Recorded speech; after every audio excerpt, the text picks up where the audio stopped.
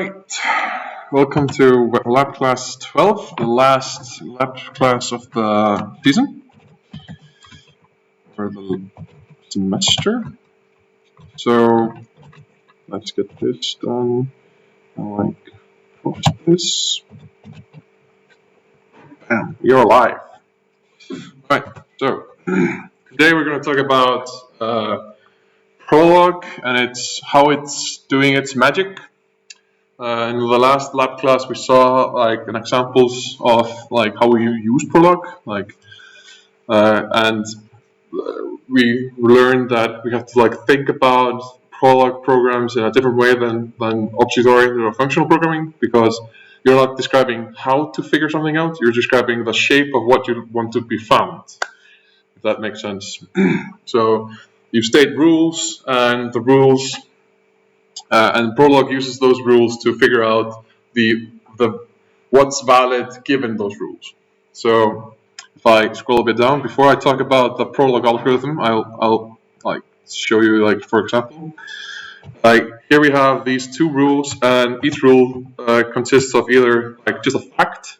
This is a fact. If you get a empty list into this relation, then that's true unconditionally. That's what this means. However, when you have something like this, I can't highlight it, but it's like the arrow here, colon thing. That's basically saying, well, this thing is true only if this thing is true. So it has a condition. This is conditionally true based on the right-hand side of this operand. And you can remember, if you remember correctly, you can have, for example, you can have a comma, and the comma means and. So you have parent and a man, for example. So the right hand side can have many you think about it, sections, first, second, third, fourth, whatever. Okay, and another thing that's useful to know about Prologue is that you've defined the rules. Everything else that you do not define is false. So everything you define is true. So if Prologue can figure out what you're trying to say, running through your rules and hitting something that's indefinitely true, like this is all this, it will say, yeah, I found the base case, and found this is definitely true, so the thing that I inferred is then true as well. Everything else is false. I'll probably come back to this last time as well. So the thing you declare is true, everything else is false. Okay. Now, before, let's just dive into the Prologue algorithm. How does he figure out what is true and what's not? Or how does he do his magic? How does he figure out that this is true? Or how does he figure out anything? Right. So let's look at this.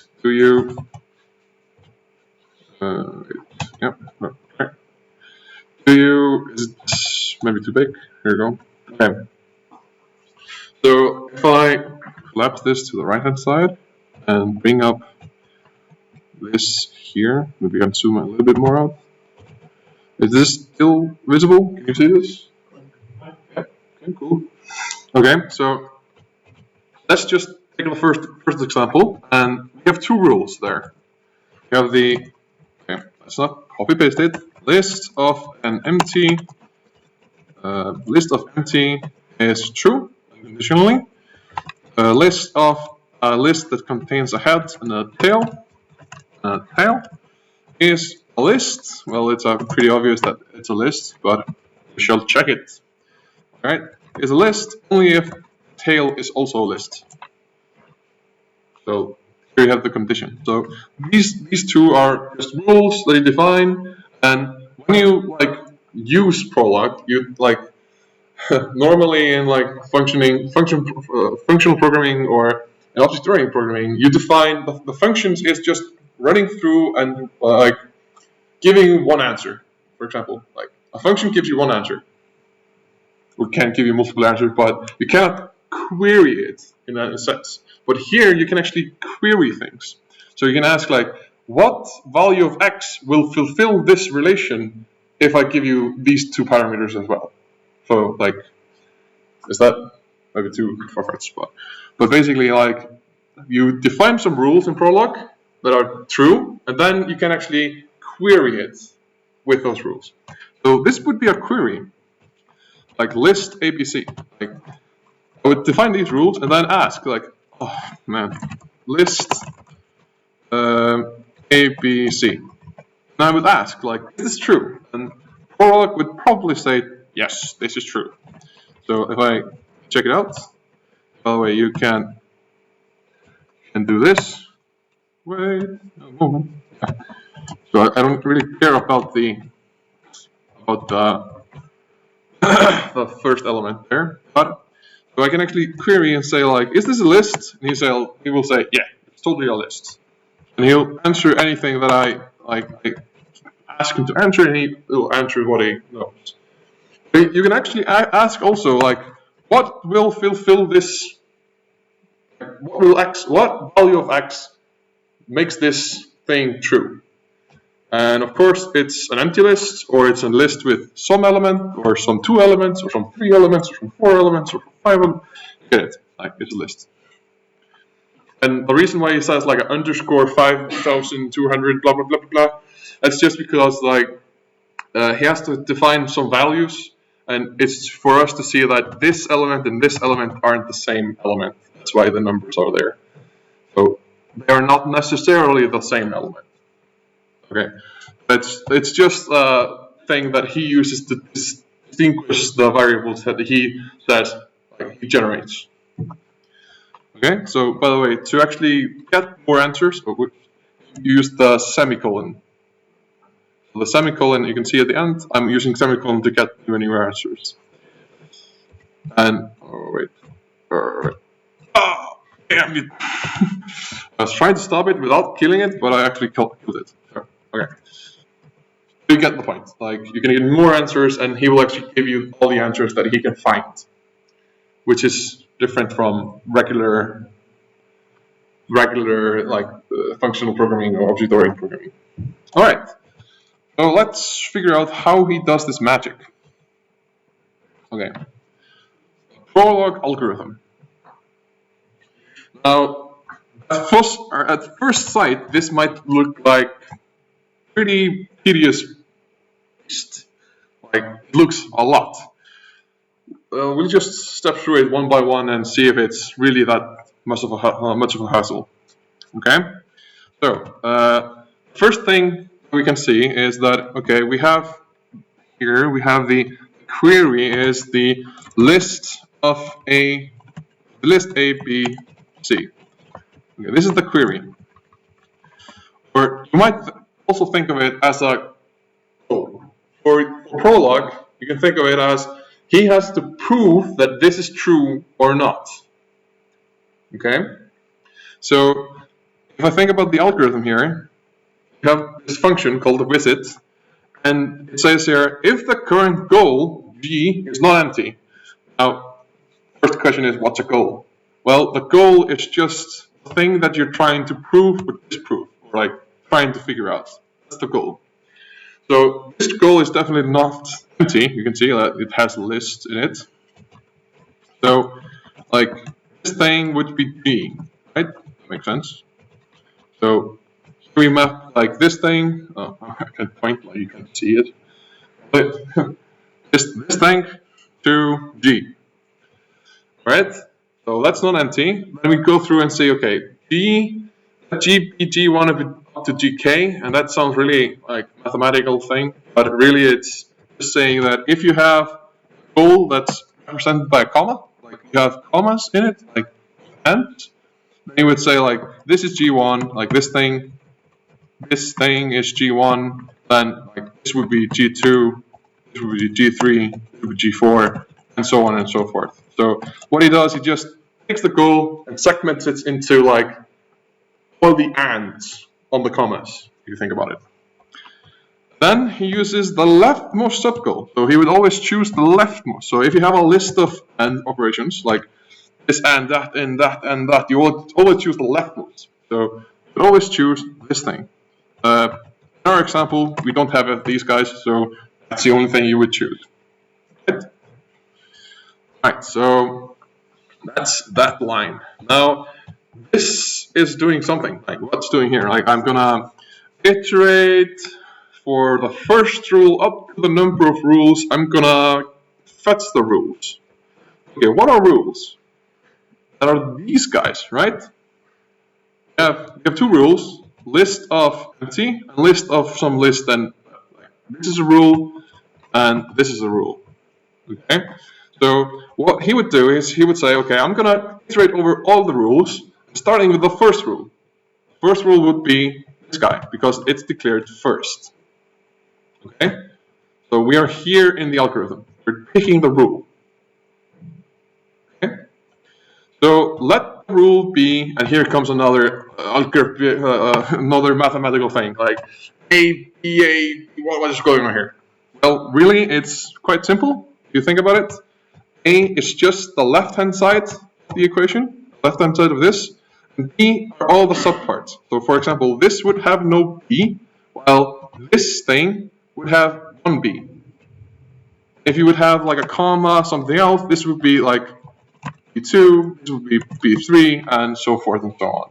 You see, it's just segmenting all the B's or all the commas into its own part. Here? Make sense? So, like, this is just saying that, okay, let's look at the rule and split it into A, B, and all of the B parts. So the A part is the left-hand side. If the rule is unconditional, there will be no B's. Sure. Okay. Okay, that's that. Okay, so the next is an if. And here comes some magic. Magic. Well, if a rule applies to G1, here we go. Oh, yeah. If a rule applies to G1, then something. So my question is, when does a rule apply to the goal?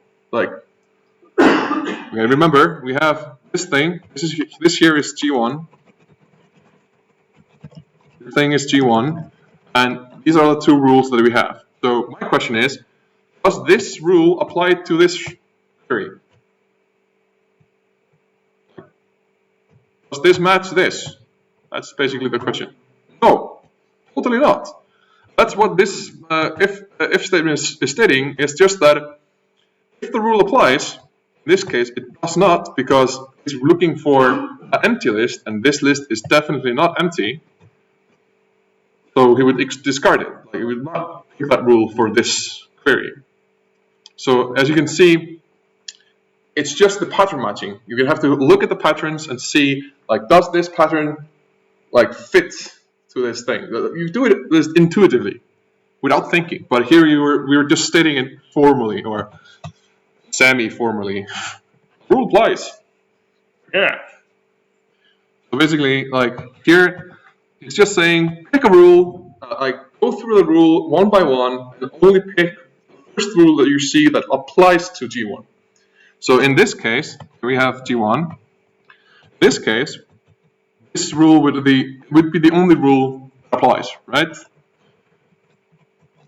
So this rule would be the only rule that applies to this thing.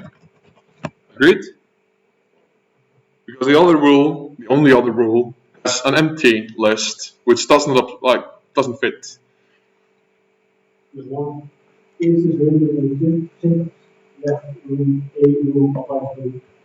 Oh, it's okay, yeah. Maybe I should have said that before, but this is not a programming language, it's a pseudo language. Of course. So you can think of this algorithm, the Prologue algorithm, being a lot larger, but these are the essential components of the algorithm. What is going on? Yeah.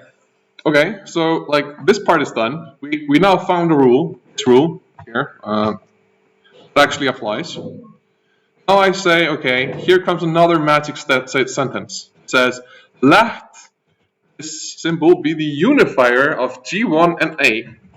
And now everyone like drops their jaws and like, oh, what's a unifier? Like, what's going on here? My question is that, okay, if I look at this, right, I'm gonna look at this code like so. My question is, for you, what's H, what's T, given this query? H is A, and T is B and Z. There you go. That's the unifier. So basically, what's happening is you look at the input to the relation, and then use the pattern matching to just map the components over to the right variables, and that's the unification. That's the unifier. So as you said before, here I would say, yeah, I have A goes to the H. This BC, well, that goes to the T, and that would literally be the unifier for this step.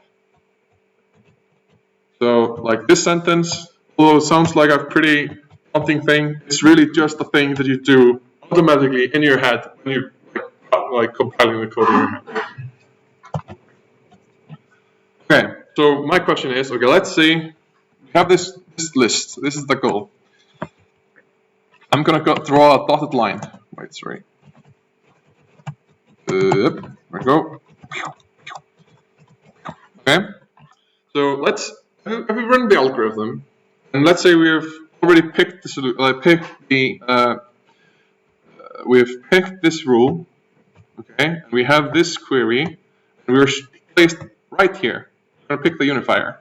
You just said it before that the unifier, I'll note it as O because I don't have the symbol. O is this thing. It's the unifier, which is H is the A, and T is the BC. That's what you said, right? So that's the unifier for this function. And what comes out of it is just the right-hand side of this rule. Just apply it to the right-hand side of the rule, the unifier, and see, okay, T should be BC. Okay, and then I continue here. T was BC, so I just say BC here. And voila, you're done with the first step. And then you have like, okay, you found the unifier. Here's the unifier.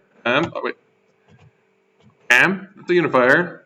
And then you take the unifier and apply it to the right-hand side of this thing, or just every component of it. That's what this line says here. Every component that you find, you apply the unifier on it. Then you recursively call G prime again. And look, this is the G prime. So you've taken the first step. So what happens next? You go up to this function again. We see the current goal is definitely not empty yet. It still has like 2 elements in it. We again go through the rules and see that, well, we take it the leftmost, this is the only thing. We go check the rules. This rule does not apply still. Yeah. And we pick this rule again. We jump over hoops, and lo and behold, what's the next step? Maybe going too fast. So like we have this thing currently. We have backtracking. Okay, we just figured out the list BC is this G prime. Okay, we recursively call ourselves again, so this will be placed into this function again. G drops down. This is definitely not empty because it's still there. Then we pick it apart, but it's only one part, so we pick that part. And then we check all the rules again. Okay, rule from 1 to 2, because we only have 2. The first rule, this rule, that does not apply yet, right? So that's still not applicable to the query. While the second rule, this rule, does apply, right?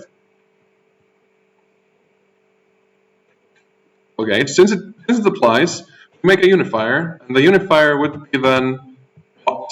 Like, here is the input into the function. Here is the Here's the declaration of the function, declaration of the relation. Sorry, and here's the input into the relation. So, what would be H? B, right? B, H is B, and what's T? T is list C, containing one element. And what happens next? We apply this unifier on the right-hand side of this thing, and we get again C. Okay? So you think we can pick up the basically the next step, like right away?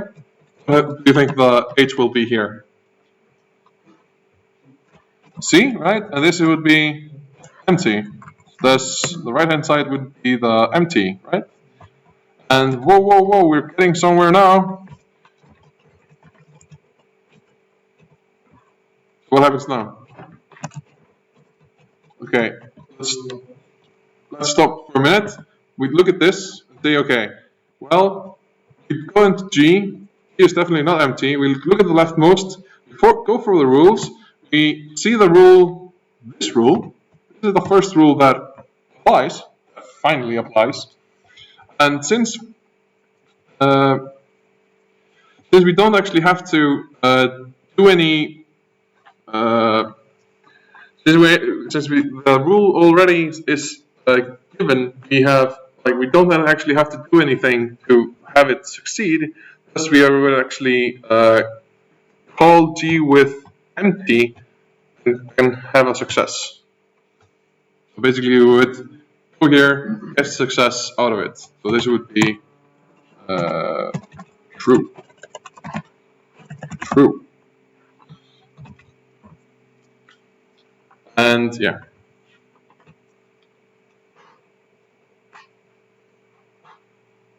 Does it make sense? Am I going way too fast?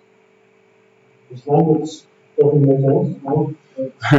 This language does not make sense. That's true. It makes logical sense. So this is basically the solution that he drew up for this first thing. But you definitely need to. Wait, what am I doing? I'm doing nothing wrong. Sorry. Okay.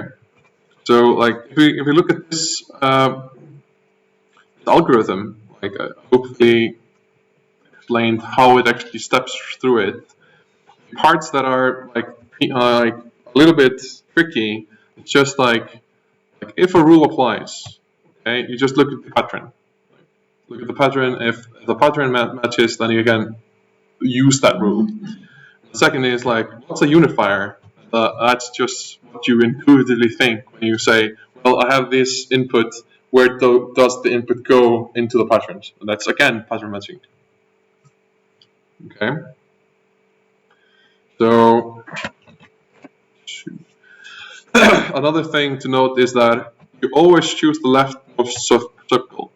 So, like, if you have a relation, let's look at. So, if you have a relation that like has a comma, you'll always go for the left-hand side first before going into the right-hand side. So it matters how you define the facts or the relation itself. So if you define something that goes into a circle by going first to the left, then you will actually hit the recursive circle, if that makes sense. Okay. So this is basically the first thing. Shall we walk over it a little bit slower and just go each step of it? Like that makes sense? Okay, so what happens is that we have a query, or it's called a goal. Okay. So you specify to the Prologue algorithm that this is the goal that you're trying to either satisfy or figure out what satisfies it. Okay, so the list of these three elements, that's the current goal. Okay, that's the G that we get in here. Okay, if the current goal is not empty, which it definitely isn't, an empty thing would just be something that we've already proven is true. Okay, if it's not empty, then I'm gonna split it up to G1 to GK. Like I said before, that would be if I was specify like more parts to it. I would say like this is list and it should be even, something like that.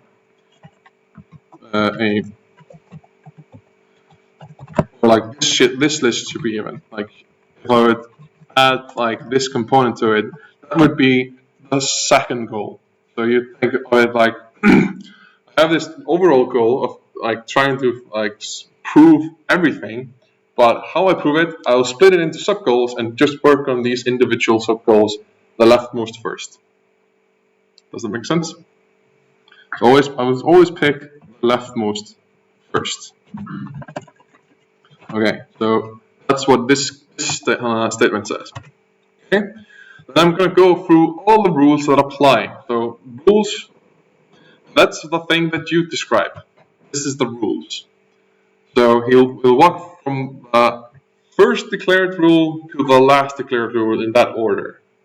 So he'll walk on the first rule and say, well, let the rule be on this format. And what this format is saying is that A is on the left-hand side, while B parts are on the right-hand side.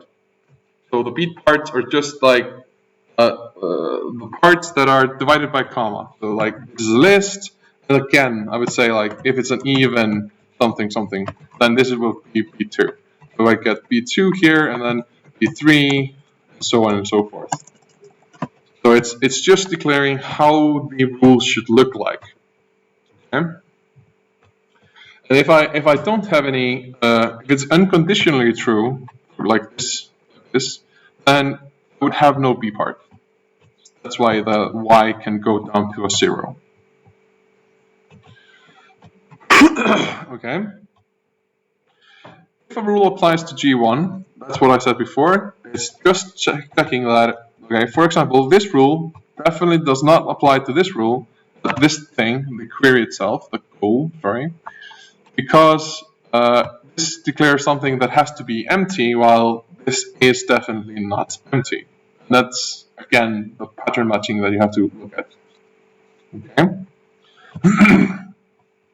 And the next rule, which is this rule, actually is something that you can apply because this is just a list that has an tail. And here you have just a list. Okay. So like you would iterate over the first rule and then come back to the second rule and say, hey, this actually applies. Then I would do this unification process. Okay. The unification process is just defining how I would map the values that I get in onto the variables that are defined. For example, you do it in your head, you say like, oh, what's H and what's T? And he does it like, yeah, exactly the same thing. You pick the head of the tail, you place it inside the head H, you pick the rest of the tail, rest of the list, and apply it into the tail.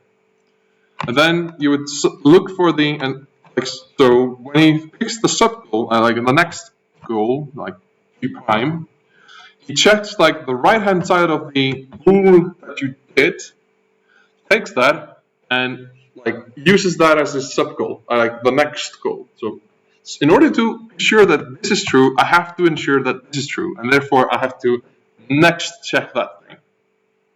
Right? Does that make sense? So you'll use this, plug it down here, and take the T and use the unification thing to actually apply what's inside the T. And then hence actually go to list of BC. Okay, and here we actually are done. We're at this visit of G prime. So we're done with one iteration of this proofing, or like what Prologue does to actually prove the thing that he's trying to prove. So once you call visit G again, well, that's just repeat until you hit the base case. And that's when you say, well, rule 1 finally applied to G1. So and that's this case. In that case, you actually say, hey, we found a fact that doesn't have to be proven at all. You're done. One question though, like when in the first page we go through, you have a list ABC. Yep. And then you say left hand side of the list A's and T, and on the right hand side is a list T, like the second group. Yep. At the first place, Yep. you have list ABC, and then you have T is BC. So it's not the same. It's not the same on the left hand side and the right hand side. Yep. The items are items in T are in the left hand side. So is that if you find the items on the right hand side, when you say list T, then you have BC there. Yep. Yeah. And then you go down to line like 6, where you have T is PC, Yep. and the list is ABC. Yep. So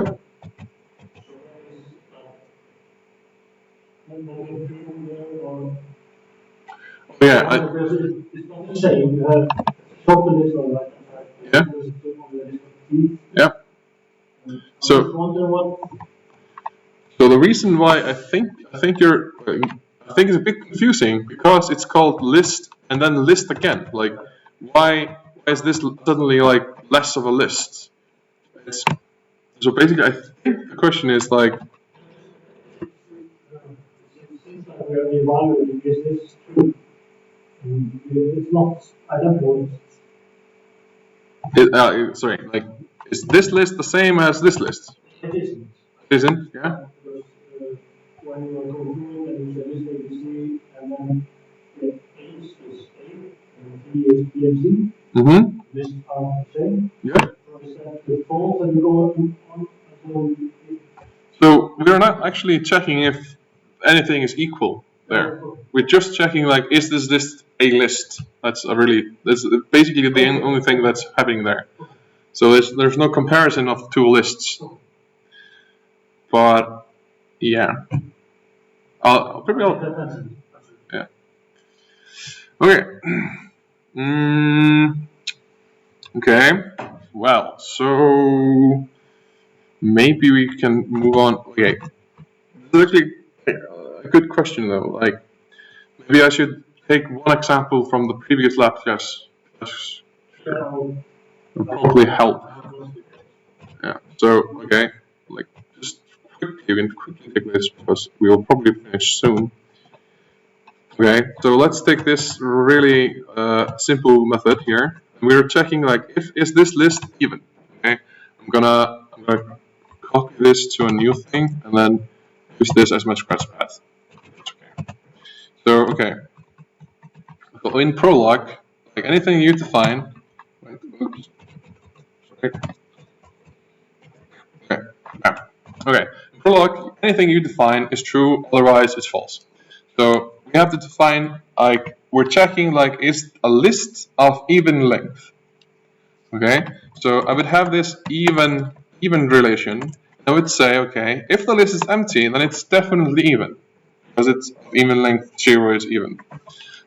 However, if it's not empty, then I would have to say, okay, I want the list, and I want to have at least 2 elements. So I would say here, these are 2 elements. I don't care what they look like, and T is the rest of the list. See, like, here's the pattern matching being awesome. Like, I say here, like, this list has to have 2 elements. This element here, divided by comma. That's the comma of the list. And then, like, T is the tail. And then I would say, okay, if this is true, like, this is only true if the T, or the rest of the list, is also even. So this is, for example, like how would you like actually query something using this? So the my confusion was that you were comparing. yeah. But actually, you were saying on the left hand side and on the right hand side, this has to be. Yeah, this has to be true. Yeah. So like left hand side is only true if the right hand side is true. So in order to check it, you have to like actually call into it. Like another quick example, so we can actually experiment with this. Or yeah. Okay. My last. That's basically like another thing. you would basically say, okay, I have a list, and I'm checking if the X is the last element of this list. Well, if X is the only element of the list, then it's definitely true that it is the last element of the list. And like you can see how the pattern matching is working here. It's just checking like the first argument is the same as the second argument inside the list. And if I say like my last of X, and then I have some lists, I do not care about the head of the list. I only care about the tail. And this is only true if my last of X dot T is true. See how I'm recursing down? Like I'm ignoring every element of the list until you hit the last element of the list, and it has to be X. So this is like, it's a different mentality to actually program in like Prologue or in functional programming or object-oriented. So for example, if I load this thing again and say like my last, give it like X or like A, and a list of A, B, C. This is definitely not true because C is not an A, therefore true, like false. So if I add an A here, it's true. However, sorry. However, if I say X here, he will actually try to figure out what value of X will validate or like satisfy this relation, and he found A. Okay. Now another note is that you can actually say like C here. Also, if you have like an A, then you can actually say, okay, give me lists that actually satisfy this. That would be the list only containing A, or anything that actually ends with an A. Okay. Quick course. Okay, so I don't know how to stop this. Yes, I know. Okay. Let's come back to this part.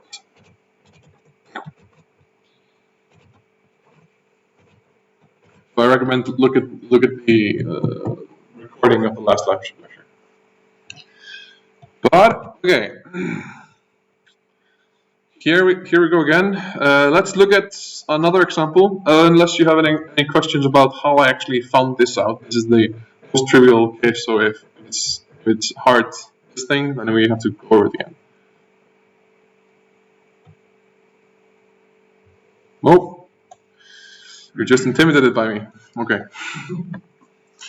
All right. So consider the following relation, and here we have more meat on the bones. So if you look at this, you can see that we're defining some relation between people, strings. So you can say that Jon is a man, that's a fact.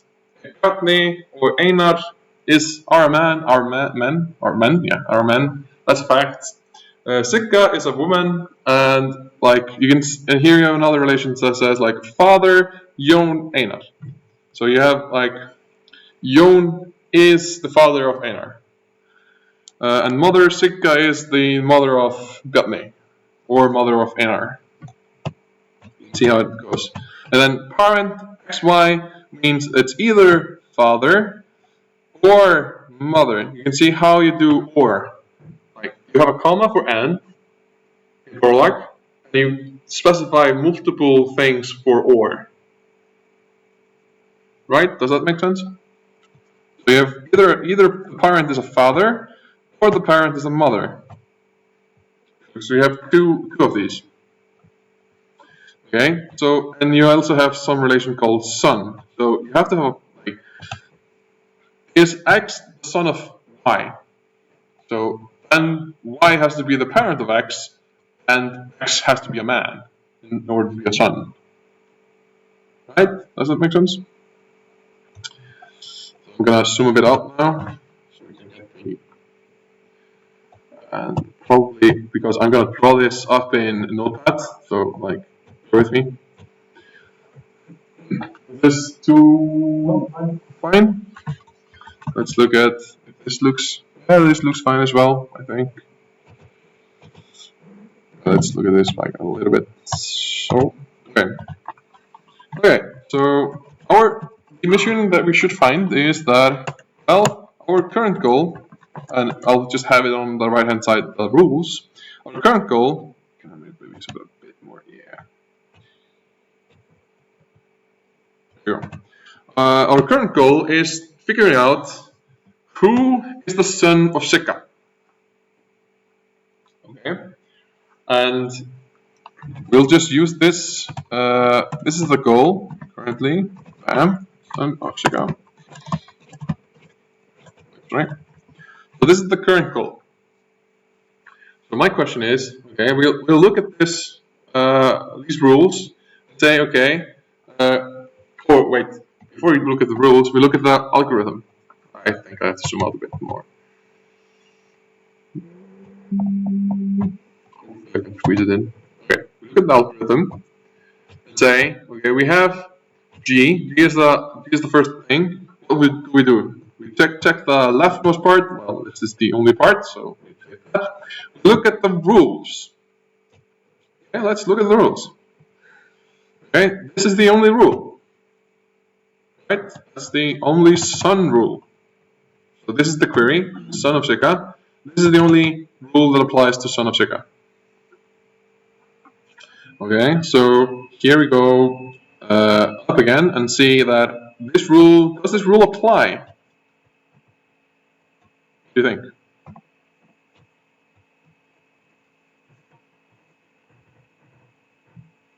Is there something that stops this from applying? Like son of Sika, son xy. Nope.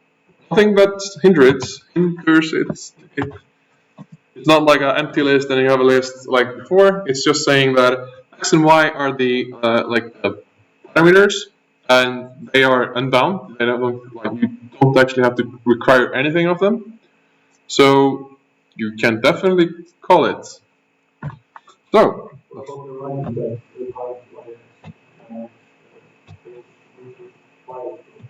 yeah, so like this thing defines the shape of how the input should be. So if this would have some kind of a restriction, like give me a list containing this and that, or these two things have to be the same or something, then you would have, like, if there would be x and x there, then this wouldn't apply because s away it would apply. S and Sika could be the same thing. But x and y, this has no restriction. Like,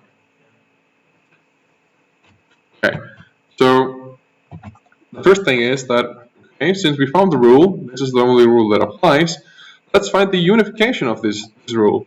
So my question is, what is x and what is y?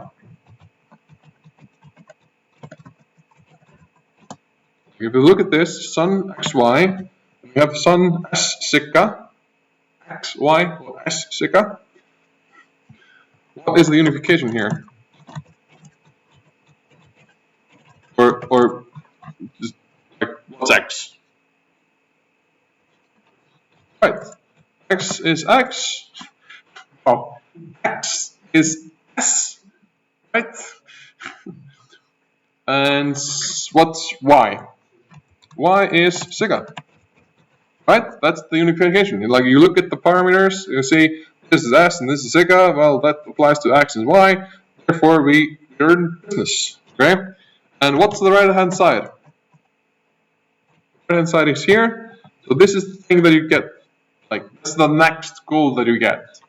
So here you would say, oh well, parent of y, comma x, and what? Wait, before we use the unification, let's just write it up. Man of x. So this is the sub goal that we want. However, we need to apply the unification on it, simply putting the parameters in place. So what's y? Right? It's defined here. You can see it here. X is s. So we replace every x with s and every y with Sika. So hey, we got the first part of the recursion. Come to this thing. So this is now our next entry point into iterating over all the rules. So, okay, let's look at the algorithm again. Hammer this algorithm into like bam bam. All right, so what happens is that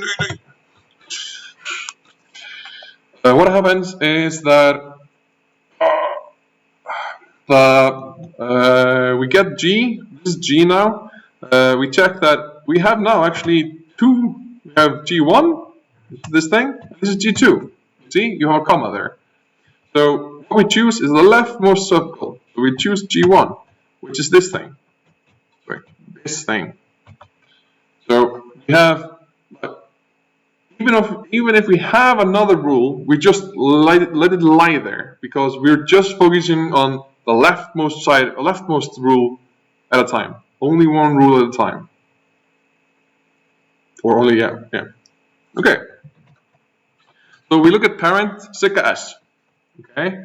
And the next step is like go through the rules and find something that applies. Okay. Let's look at this. What happens here? What rules apply? Oh, weird. Oh yeah, it's because of the streaming. Woo. You can still answer. It's okay. They could both apply. Right, that's totally doable. Like you can be the parent can either be a father or the mother. Like so therefore you can apply both. Like so here we have a branch. Let's look at this. So which action would you take first? The above one. So the father. So this rule would be applied first because it's the first that is paired. Okay? So let's look at my magical notepad skills. Okay, here we have like father. So my question is, how does the maybe like push this a little bit more in. Okay. Like sure. Okay. What's the unification of like what's the unification of the parent sigma s?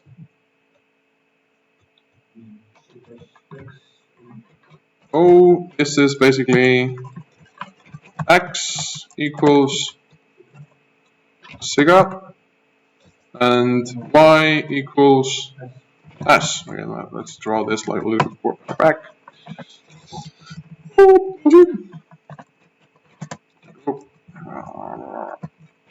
Okay, so this is the unification of this edge, and where does it lead?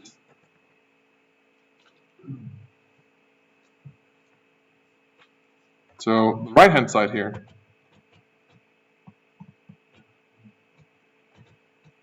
You would say father, right? So here's something you need to note is that you say father of, and he would say x is sigma, so we use sigma here, and we use y is s, okay? However, we also drop with us man of s.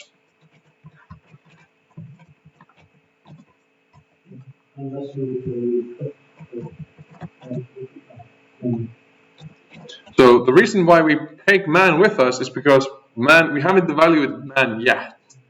So like everything propagates down until you have actually proven it to be true. Then you remove it. If you can't prove it to be true, then you backtrack. So that's what's gonna happen right now. Because okay, let's look at this leftmost rule, father.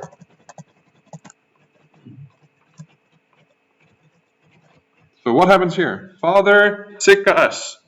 We iterate over all the rules and find that father, the only rule that applies to father is Jón Einar. So there's no rule that applies to this thing. What happens in the algorithm? What happens here? Like I iterate over all the rules, and we drop back out of the if, and we go into something called backtrack. So we literally go here and say backtrack. Because we didn't find any solution, we just returned. And lo and behold, because of recursion, you actually end up here. So if you think about it, like here we actually recurse down to the father part, and we are still in the first. Okay, I'm gonna look back here. So I did this part father. I recurse down, check the father, and see, well, father didn't give me anything. So when I come back from the father part, there is still this rule to be evaluated. See, I was still 1. Like here, I is 1, and then you go into this thing and recurse down and figure out, oh no, I can't then actually do anything. I return and get back to this point and end if and come back to the for loop and say, okay, I is 2 now. What rule is number 2? Well, it's this rule, the mother's rule. So we have another branch here. So if I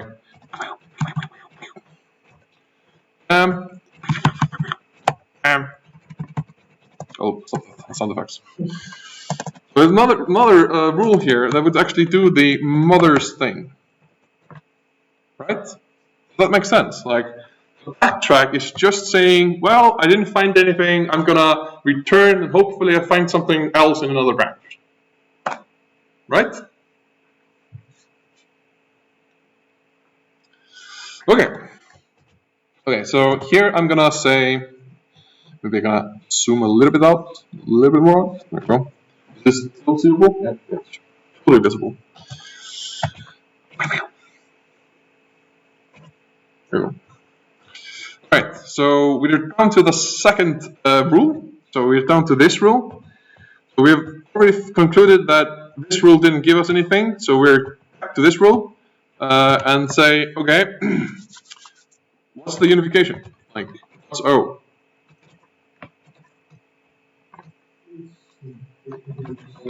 It's the same thing. Like it's the same function. Like it's x and y. So it's like x is sigma and y is s. Right? So what's on the right hand side here? It's the mother's rule, right? So we get mother of who? Sigma and s. And also we propagate down the man. Man of s. So, okay, now we're actually closer to what we wanted to find out. So we got mother. Now what? Oh wait. Oh wait, sorry. There you go. What happens now?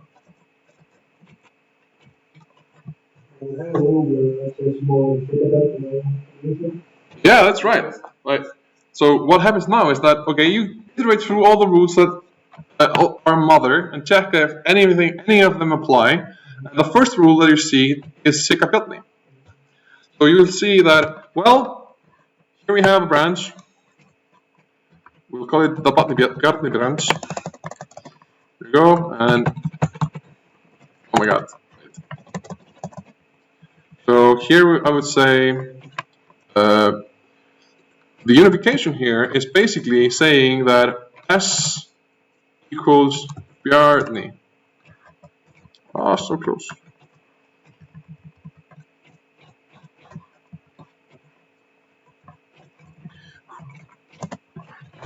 Being perfectionist. And here I get the, okay, this thing actually would bring me down to mother of Sikkapyatni. So this would bring it down to this thing. And since this is true, I don't actually have to include it in the following step. I only have to include this thing. So you can see, I'm now down to just verifying that it's a man. Oh wait, see, S is what? You see how I propagated how the unification actually propagated what he found here into this thing, like naturally, because he says like every S that I have should become Pyatni, even if it's in some other clause.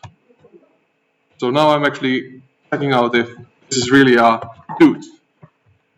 Okay, here I would get what? I would get true, right? True.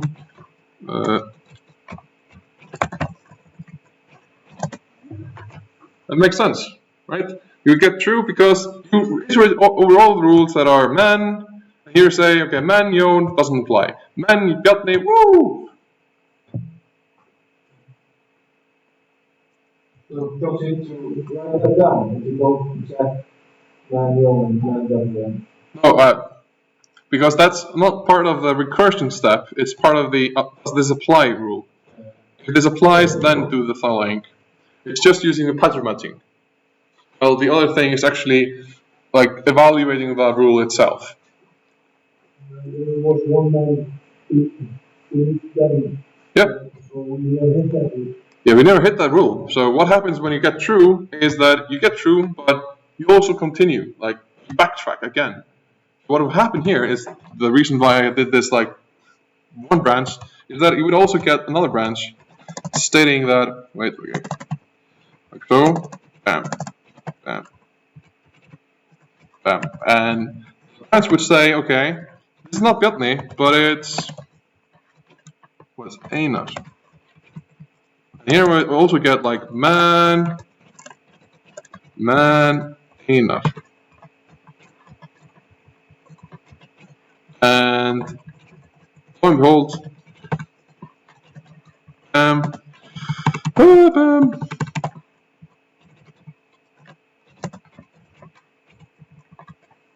so like this.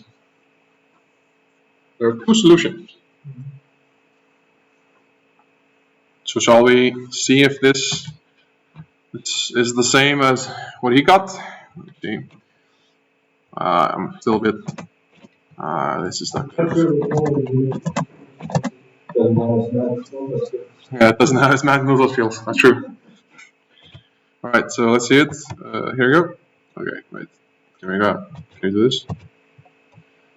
Do this. Ooh, okay. So this is the query that he drew up.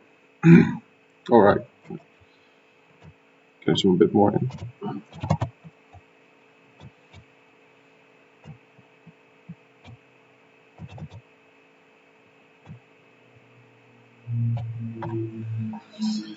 Can you see this? It's hard to see it, but yeah. Well, basically, it's the same. What happens is that you get the query, you unify the x and y, a parent, and a man. And this man actually follows you all the way through. You check if the father applies. If it doesn't, you backtrack. You check if the mother applies, and then you'd see, okay, mother of if I place as the s, then this mother Sika Bjarni will be true. Therefore, I don't actually have to include it in the next step I do. So I remove it and only continue with the rest of the thing. So that's the reason why we continue just with Bjarni, and Bjarni actually is a man, therefore we get true. And the reason why we never go to Jon, which is a good match, is because of the pattern matching before, right? Yes, so like we do check him, but it doesn't apply. It's because of the pattern matching. So we'll check like Jon is Jon Bjarni. No, it isn't. Like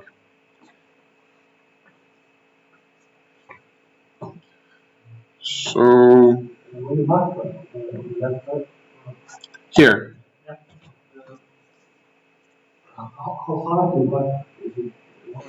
It's just like here, one level up. Or you think about like how far you backtrack is how deep are you, and how many of the like if you're on the right hand side of the tree and you backtrack, you might backtrack all the way up to the to the roots, and then continue another branch to the right.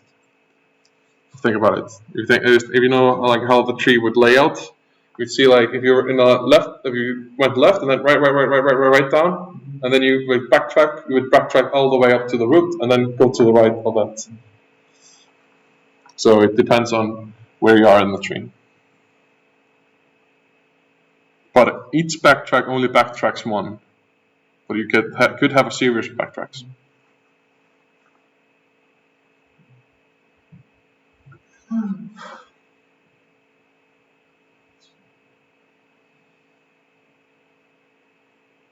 Let me get.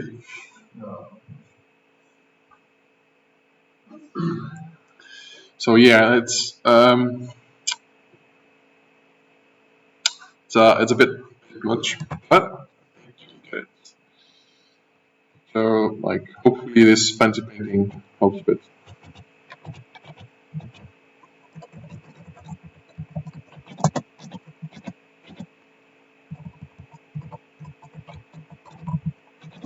No. Good there. Anyways, shall we continue to the next example, or wait? Before we do that, I'm gonna take this as a painting, but let's see if I did it better before. Oh, I didn't.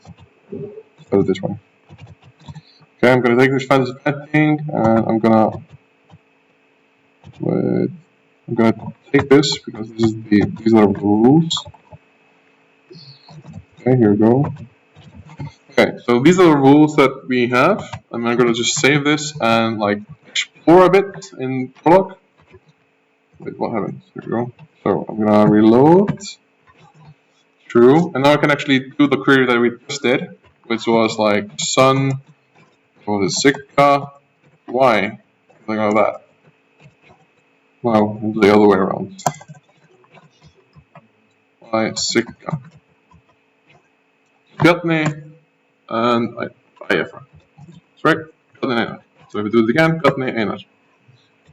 So what I can also do is just like ask, okay, I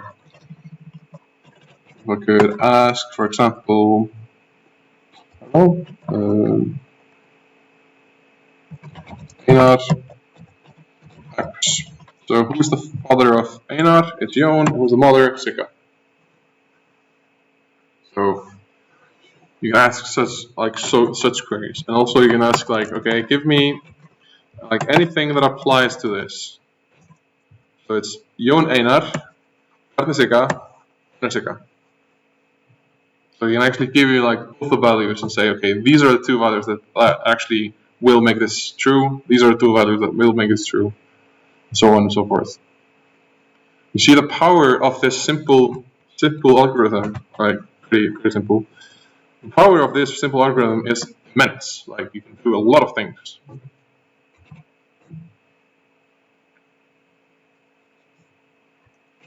So this was also something that I found funny. Like if this would actually be true. Well, well, okay. So shall we explore a bit more, or just do that? So we could also do this. Like there's nothing that prevents us from doing this because it's just rules. Let's see if this has any effect.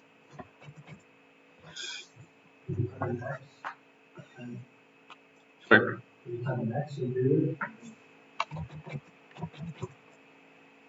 Yeah. That's funny. That's quoting Hitchhiker's Guide to the Galaxy. Yeah, it's because like this will like he will run forever on this query. Okay, let's go to the next example. Next thing. You can cover that, and then we're done. Okay, here we have another example or like exercise. So we have something called a link and something called path. Now, if you take in graph theory or any theory or like graph thing, like in algorithms, you probably know what this is. It's basically you have a link between Fortran and Algo 16. It's Algo 16. You have a link between Algo 16 and CPL. It's between CPL and BCPL. From BCPL to C, from C to C++, and then you have like Alcor 60 to Simla 64, and you can see like all the links. Okay, and like the only thing this is saying is that you have a link between these two. So it's like a direct link in a graph. You would see like a direct edge between them. Okay, and then we have some rules here that says we have a relation called path. And we say, okay, if you have a path to yourself, then it is a path. Like you know yourself, so therefore you have a path to yourself. Okay, and then this is pretty clever, I think. Basically, if you have a path from L to M, then you have to have a link from L to some X, where there's a path from X to L. done. Does this make sense? Like, if you look at this, you're basically saying, like, if you have a path from me to you, well, then there has to exist some edge between us which we can walk on, and there's a path from that edge. Or like, that's vertex. If you think about graphing, like, you have to have some point to walk to, and from that point, there has to be a path. And then you recursively do that over and over and over until you find the path. So that's what that's happening here. Okay? So our mission is to draw up the tree. Our mission is to draw up the tree for this thing. Okay?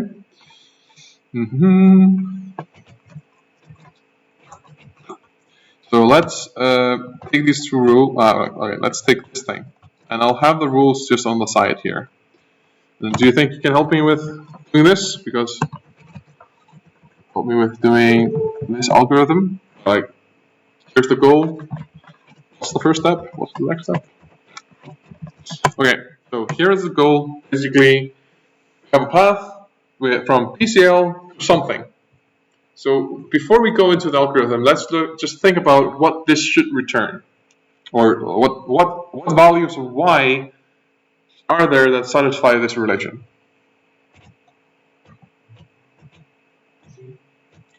C? C? Something else?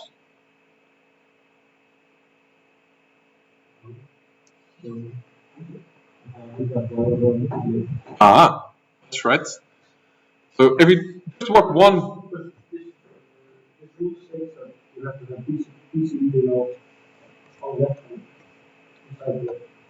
Yeah, so path, this is the path thing. So if you think about it, this is path, then if you place L, this is L, like PCPL goes here or here, doesn't matter, and M is whatever is on the right hand side. So we can just look at this to figure out like what happens. So one suggestion was C. C should probably be part of this. Okay, that's true. What else? C++, that's true. Anything else? Sorry? No, is it? Is it because you go from C++ to? Yeah, so is there a link from C or C++ to Simula 67? Yeah. This is like Simula 67 influenced C++. So it's not from this to this, not the other way around. Okay? So you have C and C++. There's one more, and it's a bit tricky, but it's like, if you think about it, like, what does this rule say? Right, PCPL. So like, the first thing you could do is just match yourself. Like, L can become PCPL, and therefore you're good. So let's start with that. Like, here we go, Pam, and we have this relation called the unification. Here is basically, we have L will become PCPL and Y become L. Basically, that's what is happening here.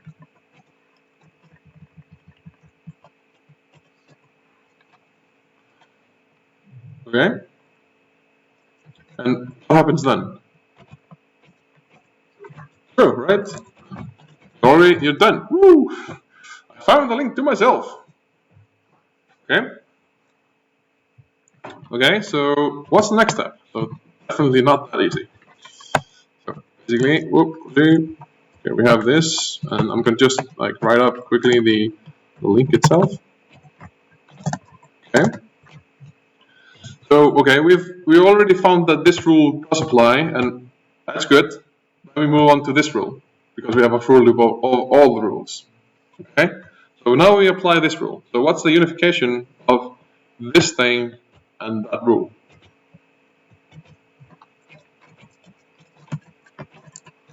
So what's L? Exactly. Like, it's ECPL, and what's y? M. Sorry, M is y. That's right. Now, what does the right-hand side of this rule say?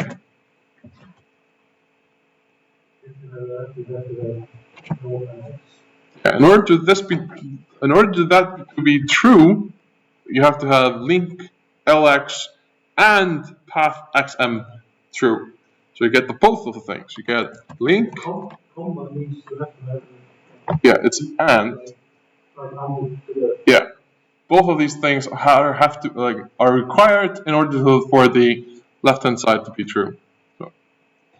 So this link of what's this? L.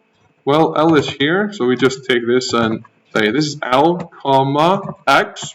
There's nothing that defines X in the unification thing, so we just keep it as X. Okay, there you go. X, comma, path to X. Again, there's nothing that defines X. And M is Y. Okay, so here is the second thing. Right? My question is now, okay, now we recurse and get back into it and see what rule should we use, try to prove first. There are two parts to this. Left-hand side, right? So we always go for the left-hand side first. So this will be the thing that we're trying to prove with this proof. Okay.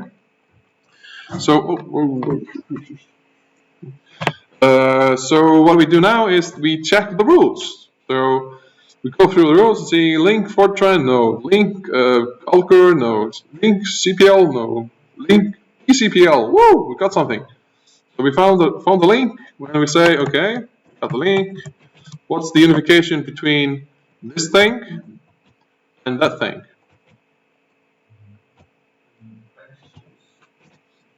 Yeah, that's right. So we say, okay, X is C. Cool. Now we know that this is true because we got it from a rule that states nothing else but this. So this is always going to be true. So we got this unification process, like we got this unifier O, which states that X will be C. And we take this down, and what happens? Replace this X with a C, because we run the unifier on each and every component of our query. So we run it on this thing, and this evaluates to be true, therefore we don't need to specify it. And we also run it on this thing, and therefore we take this X, see that X should be C, and we substitute C for X. Alright, other way around. X for C. There we go. Path. Okay. We're back to business. We're back to here. Back to this thing. So what's the next thing we do?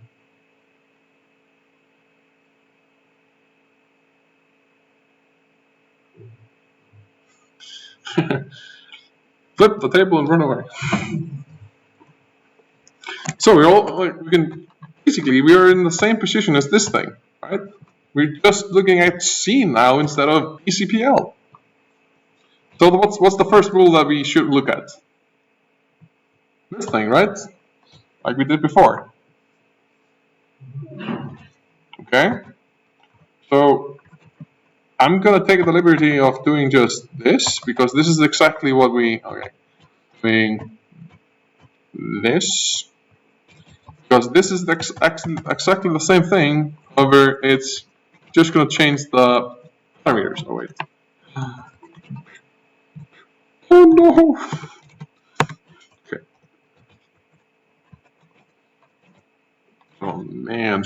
Man. Okay. What does he want fetch? Okay, here we go.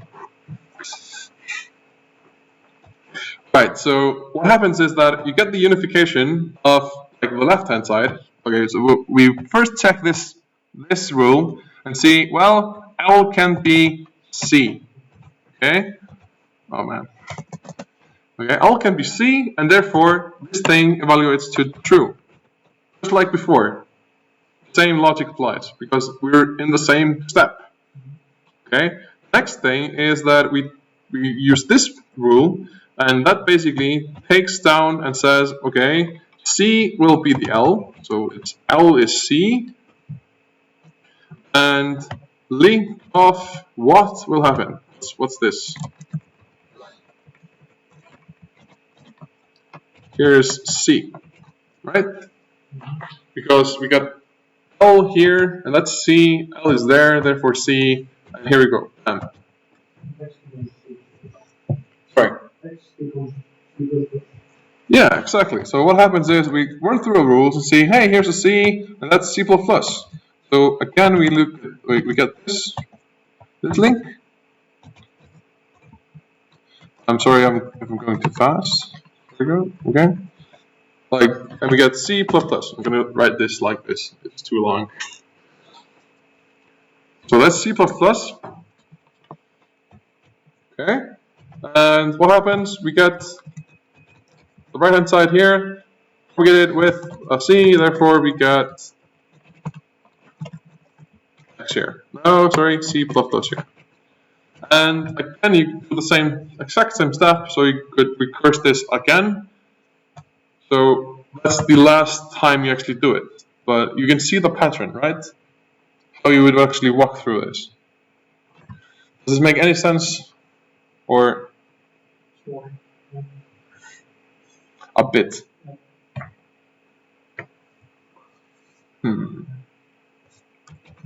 Bit. Well,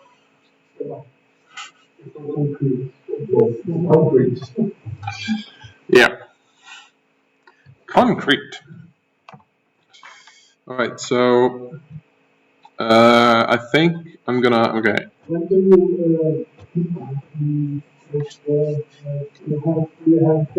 We haven't finished, no? Do you want to finish? Let's finish. Okay, what happens now is that we check like C++, okay, we have a path to C++, and again, like we take this thing, because this is the exact same thing. We go and say, okay, C, C++, and that's true. Then we have like these three links. We have BCPL, we have C, and we have C++. Now what we do is we populate this with C++, like before, C++,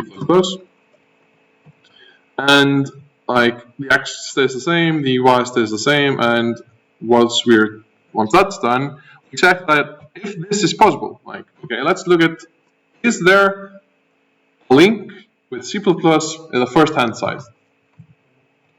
There is not. Therefore, here we would get something that we've seen before. We would get false. So at this point, we're done. Because there are no other branches. Like before, like in the example before, we went up into a branch that we haven't finished yet.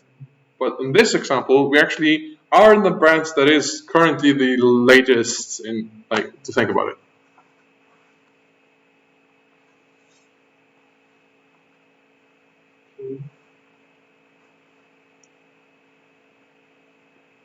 Okay. Let's look at how he did it. I think my picture is better. Oh, wait. So, that's still a mess, man.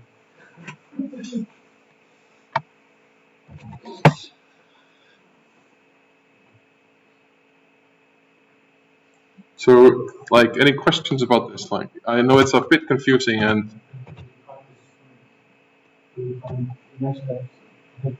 Yeah, it's definitely something. Yeah, it's definitely something that you should like get into your fingers. You have to practice on like getting into the mindset of doing Postgres. Like, Prologue. So, wow. Where did my head go? Prologue. But yeah, it's basically that's basically it for this exercise.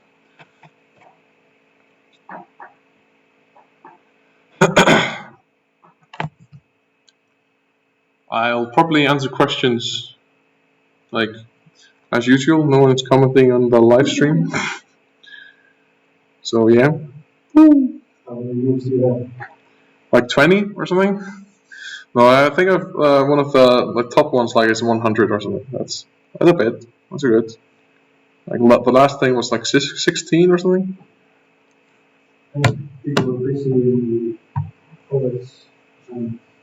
Yeah, it's probably like steady carrying.